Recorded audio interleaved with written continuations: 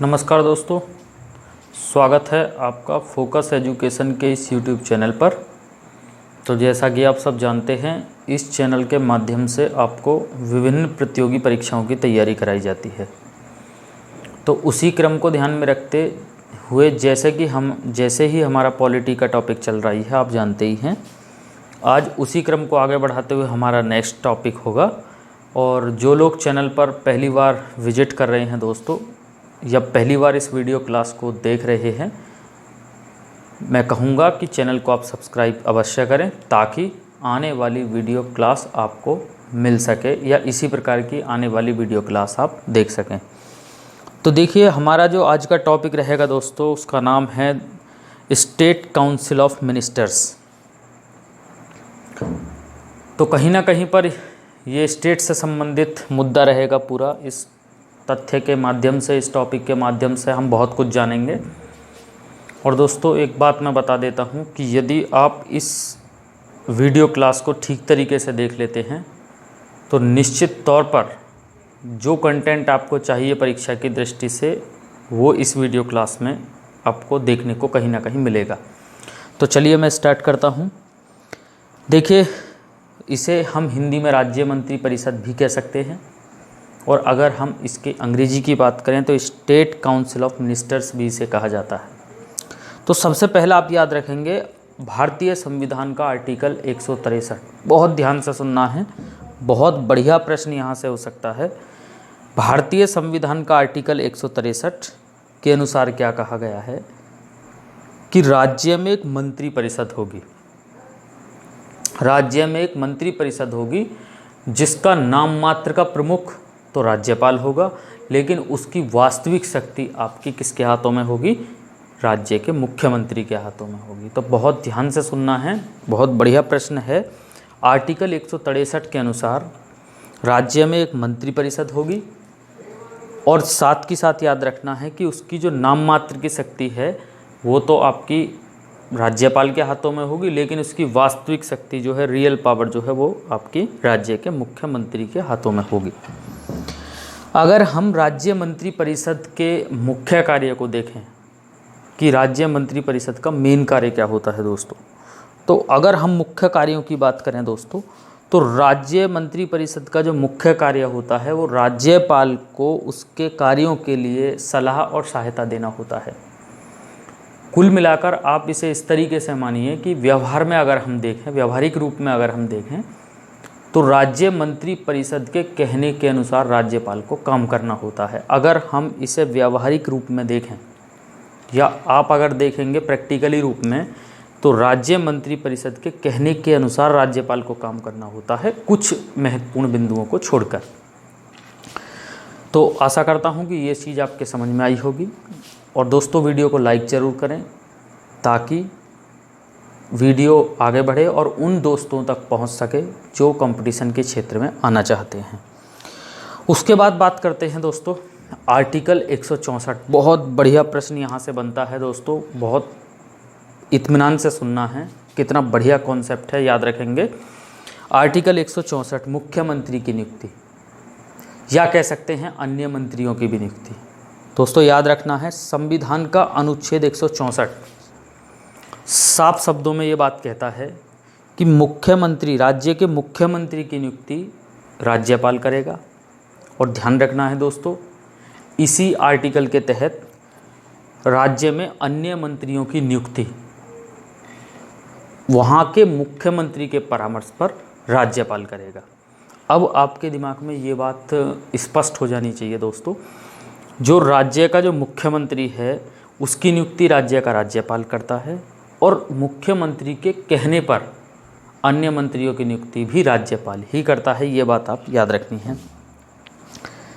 कई बार इस प्रकार का क्वेश्चन एग्जाम में बन जाता है और बन सकता है, ध्यान रखना है। कुछ स्टूडेंट इस चीज़ में कंफ्यूज हो जाते हैं कि मुख्यमंत्री निर्वाचित होता है या फिर मुख्यमंत्री नियुक्त होता है। तो याद रखें दोस्तों, मुख्यमंत्री की नियुक्ति होती है, मुख्यमंत्री की नियुक्ति होती है, जिसको अपॉइंटमेंट कह देते हैं। तो मुख्यमंत्री नियुक्त होता है, ना कि निर्वाचित। बहुत से स्टूडेंट इसको इस तरीके से समझ जाते हैं, चूँकि मुख्यमंत्री एक स्वयं एमएलए होता है, चूँकि वह विधानसभा का सदस्य होता है, और विधानसभा का जो सदस्य होता है तो उसको ही हम एमएलए कहा जाता है, मेंबर ऑफ लेजिस्लेटिव असेंबली। तो कहीं ना कहीं चूँकि जनता वहाँ डायरेक्ट वोट करती है, तो इस प्रकार कुछ स्टूडेंट इसको समझ लेते हैं निर्वाचित होता है। लेकिन दोस्तों याद रखना है, प्रधानमंत्री मुख्यमंत्री सिर्फ नियुक्त होता है, क्योंकि जिस समय वो एमएलए के रूप में या मेंबर ऑफ लेजिस्लेटिव असेंबली के रूप में विधानसभा में पहुंचा है, तो उस समय वो एमएलए के रूप में निर्वाचित हुआ है। लेकिन वहाँ जब बहुमत से एक फैसला होता है कि जिसको भी मुख्यमंत्री बनाना होता है, तो उस समय मुख्यमंत्री की नियुक्ति होती है, ना कि निर्वाचित होता है। तो बहुत बढ़िया प्रश्न हो सकता है एग्जाम में, आप याद रखेंगे। कई बार इस प्रकार का क्वेश्चन एग्जाम में पूछा जा सकता है। वहीं यहाँ से कुछ प्रश्न अगर हम बात करें सब इंस्पेक्टर लेवल पर क्या पूछे जा सकते हैं, तो जैसा कि इस नियुक्ति के संबंध में राज्यपाल की जो स्वविवेकीय शक्ति नहीं है, मतलब कि वह अपनी इच्छा के अनुसार किसी को भी मुख्यमंत्री नियुक्त नहीं कर सकता है। ध्यान रखना है, क्योंकि विधानसभा में जिस दल का बहुमत होता है, उस दल के बहुमत दल के नेता को ही राज्य का राज्यपाल मुख्यमंत्री नियुक्त करता है। इसका मतलब, इसका अर्थ यह है, ऐसा समझ सकते हैं आप, इसका अर्थ यह है कि नियुक्ति के संबंध में राज्यपाल की स्वविवेकीय शक्ति नहीं है। लेकिन ध्यान रखना है दोस्तों, बहुत बढ़िया प्रश्न यहाँ से बनता है। कुछ पॉइंट्स ऐसे भी हैं जहाँ पर राज्यपाल अपनी इच्छा के अनुसार मुख्यमंत्री नियुक्त कर सकता है। जरा ध्यान देंगे, पहला पॉइंट क्या है। यदि किसी दल को, किसी राजनीतिक दल को राज्य में स्पष्ट बहुमत ना मिले, यदि स्पष्ट बहुमत नहीं मिलता है, तो उस स्थिति में राज्य का राज्यपाल अपनी इच्छा के या अपनी स्वविवेक से किसी भी मेंबर ऑफ लेजिस्लेटिव असेंबली को मुख्यमंत्री नियुक्त कर सकता है। दूसरा क्या हो सकता है, यदि बहुमत प्राप्त भी कोई दल है, ध्यान से सुनना है, यदि कोई ऐसा दल है जिसको बहुमत भी प्राप्त है और वहाँ बहुमत प्राप्त होने के बाद भी एक निश्चित नेता का वहाँ पर जो है एक निश्चित नेता का निर्णय नहीं हो पा रहा है मुख्यमंत्री के रूप में, तब उस स्थिति में भी राज्यपाल अपने स्वविवेक से किसी एक मेंबर ऑफ लेजिस्लेटिव असेंबली को या एक एमएलए को मुख्यमंत्री नियुक्त कर सकता है। तो ये चीज़ें आपको याद रखनी है। क्वेश्चन कई बार एग्जाम में पूछे जा सकते हैं, तो आशा करता हूँ कि ये भी कॉन्सेप्ट आपके समझ में आया होगा। दोस्तों अगले हम अगर पॉइंट की बात करें, तो राज्य मंत्री परिषद का आकार कितना होता है, तो इसको बहुत ध्यान से सुनना है दोस्तों। सन 2003 से पहले ऐसा कोई प्रावधान नहीं था कि राज्य मंत्री परिषद हो या फिर केंद्र की बात हो या केंद्रीय मंत्री परिषद हो, मतलब कि मंत्री परिषद का आकार कितना होता ये मुख्यमंत्री की इच्छा पर निर्भर करता था, या फिर देश की बात करें तो प्रधानमंत्री की इच्छा पर निर्भर करता था। तो कहीं ना कहीं पर ये एक सिस्टम में गड़बड़ी सी महसूस होती थी, क्योंकि जैसा कि आप देखेंगे कि किसी मुख्यमंत्री के द्वारा कुछ अधिक मंत्री चुन लिए जाते थे, या फिर किसी अन्य मंत्री के द्वारा अधिक मंत्री, किसी अन्य मुख्यमंत्री के द्वारा कम मंत्री चुन लिए जाते थे, तो एक ठीक प्रकार से पैनल नहीं बैठता था। ध्यान रखना है दोस्तों, बहुत बढ़िया यहाँ से अमेंडमेंट है और सीधा आपसे एग्जाम में पूछा जाएगा। 91वां संविधान संशोधन 2003, ध्यान से सुनना है, 91वां संविधान संशोधन 2003 के द्वारा राज्य मंत्री परिषद के आकार को निश्चित किया गया, या ऐसा भी कह सकते हैं कि इसी अमेंडमेंट के द्वारा केंद्र के मंत्री परिषद के आकार को भी निश्चित किया गया। इसका मतलब ये है, या कह सकते हैं इसका अर्थ यह है कि विधानसभा की कुल सदस्य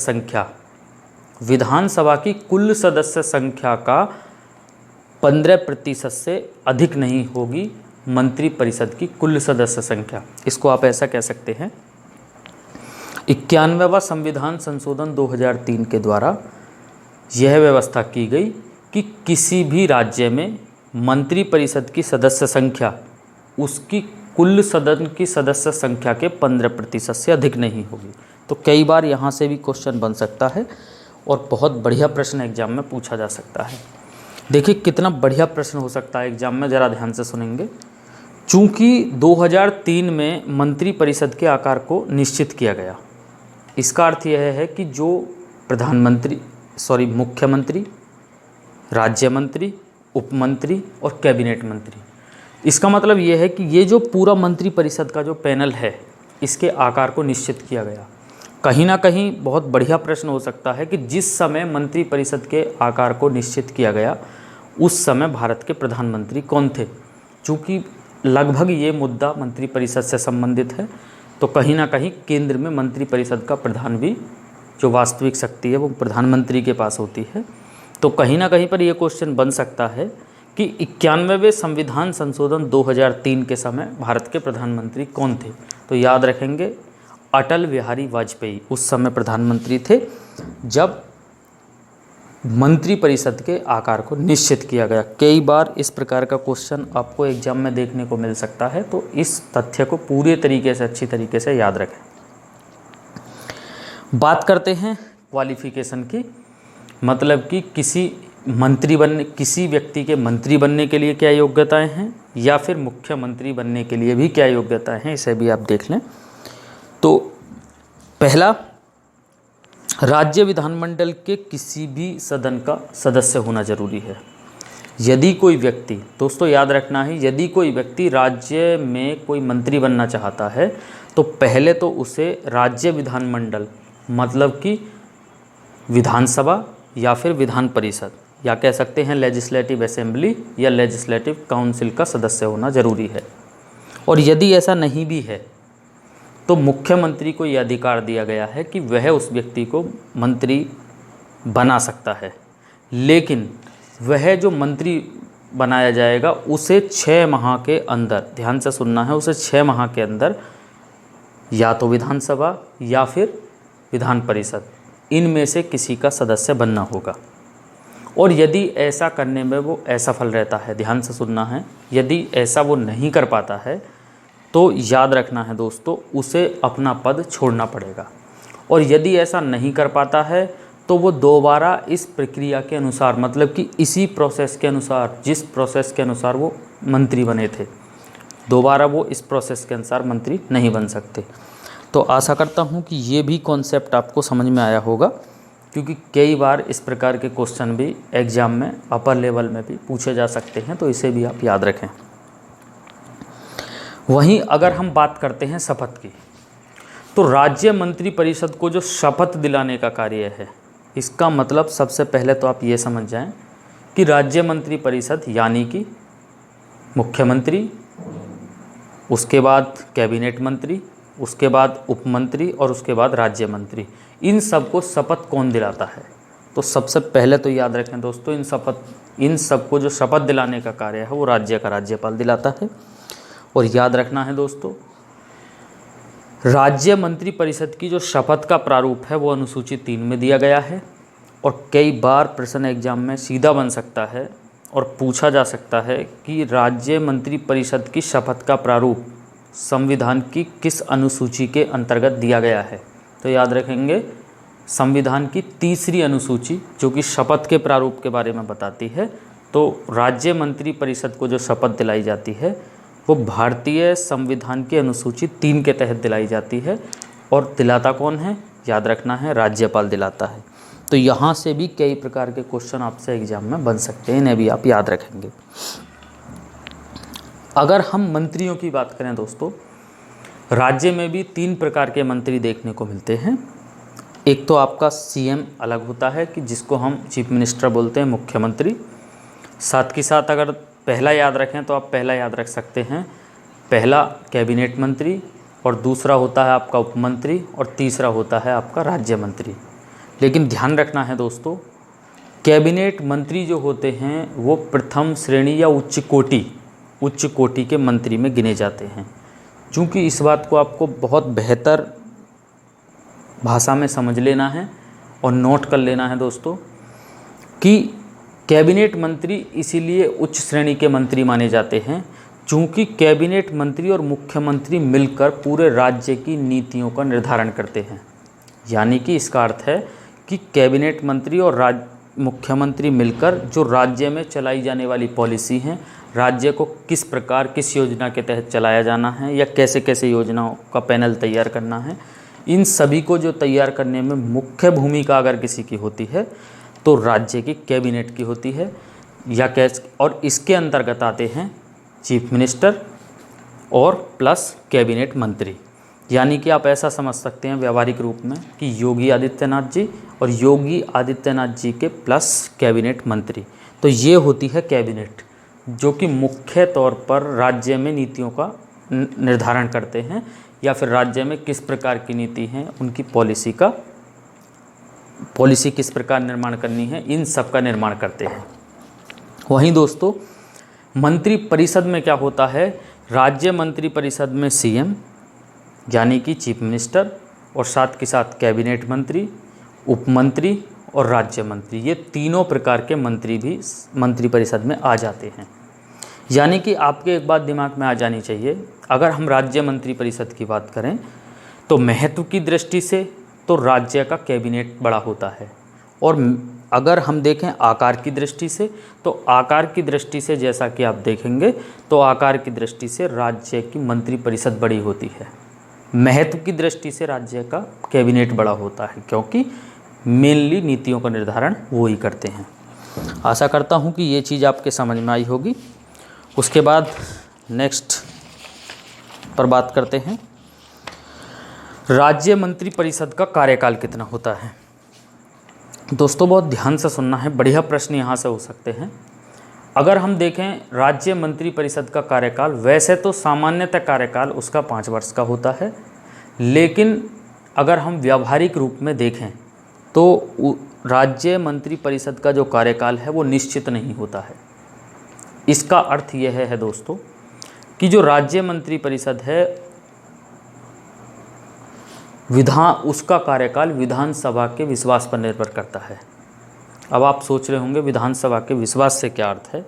दोस्तों इसका अर्थ यह है कि जब तक विधानसभा में सरकार पर विश्वास होता है या सरकार को विश्वास प्राप्त होता है, तब तक सरकार मतलब कि अपने जो है मंत्री परिषद में बनी रहती है। लेकिन किसी वजह से अगर अविश्वास प्रस्ताव, जिसको हम कहते हैं इंग्लिश में नो कॉन्फिडेंस मोशन, यदि विधानसभा में पास हो जाता है तो संपूर्ण मंत्री परिषद यानी कि मुख्यमंत्री, कैबिनेट मंत्री, उप मंत्री और राज्य मंत्री सभी को त्यागपत्र देना होता है। इसका अर्थ यह होता है, कुल मिलाकर आपको ये बात याद रखनी है कि विधानसभा राज्य मंत्री परिषद का जो कार्यकाल है वो मोस्टली विधानसभा के विश्वास पर निर्भर करता है। यानी कि अगर विधानसभा में विश्वास समाप्त हो जाता है तो संपूर्ण मंत्री परिषद को त्यागपत्र देना होता है। और ध्यान रखना है दोस्तों, यदि आपातकाल लागू है, बहुत बढ़िया क्वेश्चन यहाँ से एग्जाम में बनता है, ज़रा ध्यान से सुनना है कि यदि आपातकाल लागू है और फिर संसद को यह अधिकार दिया गया है दोस्तों कि संसद विधानसभा का कार्यकाल एक बार में 1 वर्ष के लिए बढ़ा सकती है। लेकिन ध्यान रखना है दोस्तों, यदि किसी वजह से आपातकाल की घोषणा प्रवर्तन में नहीं रहती है या राष्ट्रपति के द्वारा वापस ले ली जाती है तो राष्ट्रपति के वापस लेने की तिथि से 6 माह के अंदर निर्वाचन कराने होंगे। यानी कि वो अवधि फिर 6 माह ही रह जाएगी और उस 6 माह के पीरियड के बीच में उसको निर्वाचन कराना होगा, यानी कि विधानसभा का निर्वाचन कराना होगा। तो यहाँ से भी कई बार प्रश्न एग्जाम में बन सकते हैं, इस बात को आपको याद रखना है। और दोस्तों याद रखें, किसी भी राज्य के किसी भी मंत्री का कार्यकाल कितना होता है, तो याद रखना है राज्य के किसी भी मंत्री का कार्यकाल राज्य के मुख्यमंत्री के ऊपर निर्भर करता है। यानी कि आप इस तरीके से समझ सकते हैं कि योगी आदित्यनाथ जी अगर जब तक चाहते हैं जिस व्यक्ति को मंत्री बनाना या मंत्री कोई व्यक्ति कितने समय तक रह सकता है, ये सब योगी आदित्यनाथ जी के ऊपर निर्भर करता है। अगर आप व्यावहारिक रूप में देखें, वैसे आप इसको इस तरीके से भी याद कर सकते हैं कि किसी मंत्री का कार्य मुख्यमंत्री के विश्वास पर निर्भर करता है। किसी मंत्री का कार्यकाल किसी मंत्री का कार्यकाल मुख्यमंत्री के विश्वास पर निर्भर करता है। अगर इसको अर्थ में समझते हैं तो इसका अर्थ बिल्कुल यही है दोस्तों कि मुख्यमंत्री जब तक चाहते हैं कोई भी व्यक्ति तभी तक मंत्री रह सकता है, यानी कि मुख्यमंत्री के कहने पर कभी भी उन्हें राज्यपाल के द्वारा हटाया जा सकता है। इसी कारण ये बात याद रखनी है दोस्तों कि राज्य के जो मुख्यमंत्री होते हैं वह अपना पद राज्यपाल के प्रसाद पर्यंत ही धारण करते हैं। इसका अर्थ यह है दोस्तों कि राज्यपाल मुख्यमंत्री के कहने पर कभी भी किसी भी समय किसी भी मंत्री को हटा सकता है। तो आशा करता हूँ कि ये सब चीज़ें आपके समझ में आई होंगी। कई बार इस प्रकार के क्वेश्चन एग्जाम में डीपली पूछे जाते हैं, तो उस तथ्य को आप बिल्कुल क्लियर याद रखें, चूँकि इस प्रकार के क्वेश्चन कई बार एग्जाम में बन जाते हैं। वहीं दोस्तों अगर हम आगे की बात करते हैं, राज्य मंत्रिपरिषद का सामूहिक उत्तरदायित्व, मतलब राज्य मंत्रिपरिषद सामूहिक रूप से किसके प्रति उत्तरदायी होती है। बहुत बढ़िया प्रश्न यहाँ से बनते हैं दोस्तों।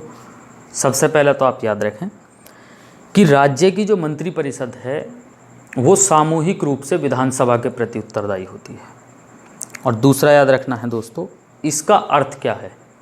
इसका अर्थ यह होता है कि किसी एक मंत्री के कार्य के लिए वह स्वयं मंत्री उत्तरदायी नहीं होता, बल्कि संपूर्ण मंत्रिपरिषद उत्तरदायी होती है। इसको आप इस तरीके से समझ सकते हैं कि यदि एक मंत्री के विरुद्ध अविश्वास प्रस्ताव विधानसभा में पारित हो जाता है, तो संपूर्ण राज्य मंत्रिपरिषद को त्यागपत्र देना होता है। इसका अर्थ यह है, इसको आप इस तरीके से भी समझ सकते हैं कि अगर एक मंत्री के विरुद्ध विधानसभा में अविश्वास प्रस्ताव पारित हो जाता है, तो आप मुख्यमंत्री, सारे कैबिनेट मंत्री और सारे आपके उपमंत्री और सारे ही आपके राज्य मंत्री सभी को त्यागपत्र देना होता है। इसका अर्थ यह है कि मंत्रिपरिषद के सदस्य साथ ही साथ तैरते हैं और साथ ही साथ डूबते हैं। इसको आप इस तरीके से भी समझ सकते हैं। कुल मिलाकर इसे आप ऐसा समझ सकते हैं कि मंत्रिपरिषद के सदस्य, जो भी मंत्रिपरिषद के सदस्य हैं, वो विधानसभा के प्रति उत्तरदायी होते हैं, और यदि एक मंत्री गलत कार्य करता है तो उसकी सज़ा भी सभी को, उसकी एक की गलती की सज़ा सभी को भुगतनी पड़ेगी। इस प्रकार आप समझ सकते हैं। कुल मिलाकर आप इतना भी याद रखें, इस स्थिति में तो विधानसभा भंग हो जाती है या राज्य मंत्रिपरिषद भंग हो जाती है। लेकिन ध्यान रखें दोस्तों, यदि किसी मंत्री को मुख्यमंत्री के कहने पर राज्यपाल के द्वारा हटाया जाता, बहुत ध्यान से सुनना है मैं क्या बोल रहा हूँ, यदि किसी मंत्री को मुख्यमंत्री के कहने पर राज्यपाल के द्वारा हटाया जाता है, तब उस स्थिति में वहाँ की विधानसभा भंग नहीं होगी, ना ही राज्य मंत्रिपरिषद भंग होगी, क्योंकि वो मुख्यमंत्री के कहने पर राज्यपाल के द्वारा हटाए जा रहे हैं। दूसरी स्थिति क्या है, ध्यान रखना दोस्तों, यदि वो स्वयं अपनी इच्छा के अनुसार कभी त्यागपत्र देना चाहता है कोई भी मंत्री, तो उस स्थिति में भी मंत्रिपरिषद पर कोई प्रभाव नहीं पड़ेगा। और तीसरी स्थिति क्या हो सकती है दोस्तों, बहुत बढ़िया तरीके से क्वेश्चन बन सकता है। यदि कोई मंत्री है, उसका कोई व्यक्तिगत मामला है और उसमें वो दोषी पाया जाता है, ध्यान से सुनना है, यदि वह व्यक्ति जो मंत्री है और अपने व्यक्तिगत मामले में अगर वह दोषी पाया जाता है, तो उस स्थिति में भी राज्य मंत्रिपरिषद पर कोई प्रभाव नहीं पड़ेगा। यानी कि इसका अर्थ यह है दोस्तों कि विधि संबंधी मुद्दे पर या फिर संघीय राज्य मंत्रिपरिषद संबंधी मुद्दे पर ही यदि कोई मंत्री के विरुद्ध विधानसभा में अविश्वास प्रस्ताव, जिसको इंग्लिश में कहते हैं नो कॉन्फिडेंस मोशन, यदि पारित हो जाता है, तो याद रखना है दोस्तों, संपूर्ण राज्य मंत्रिपरिषद को त्यागपत्र देना होता है। इसका अर्थ यह है कि अगर एक के विरुद्ध पारित हो जाता है तो मुख्यमंत्री, सारे उपमंत्री, सारे राज्य मंत्री और सारे कैबिनेट मंत्री को त्यागपत्र देना होता है। दोस्तों आशा करता हूँ कि वीडियो क्लास अच्छी लगी होगी। वीडियो को लाइक ज़रूर करें दोस्तों, और दोस्तों उन दोस्तों में शेयर करें जो कंपटीशन की तैयारी कर रहे हैं। आप लोगों के कमेंट आते रहते हैं, बहुत ऊर्जान्वित करते हैं, और कमेंट में ज़रूर बताएं वीडियो कैसी लगी। धन्यवाद।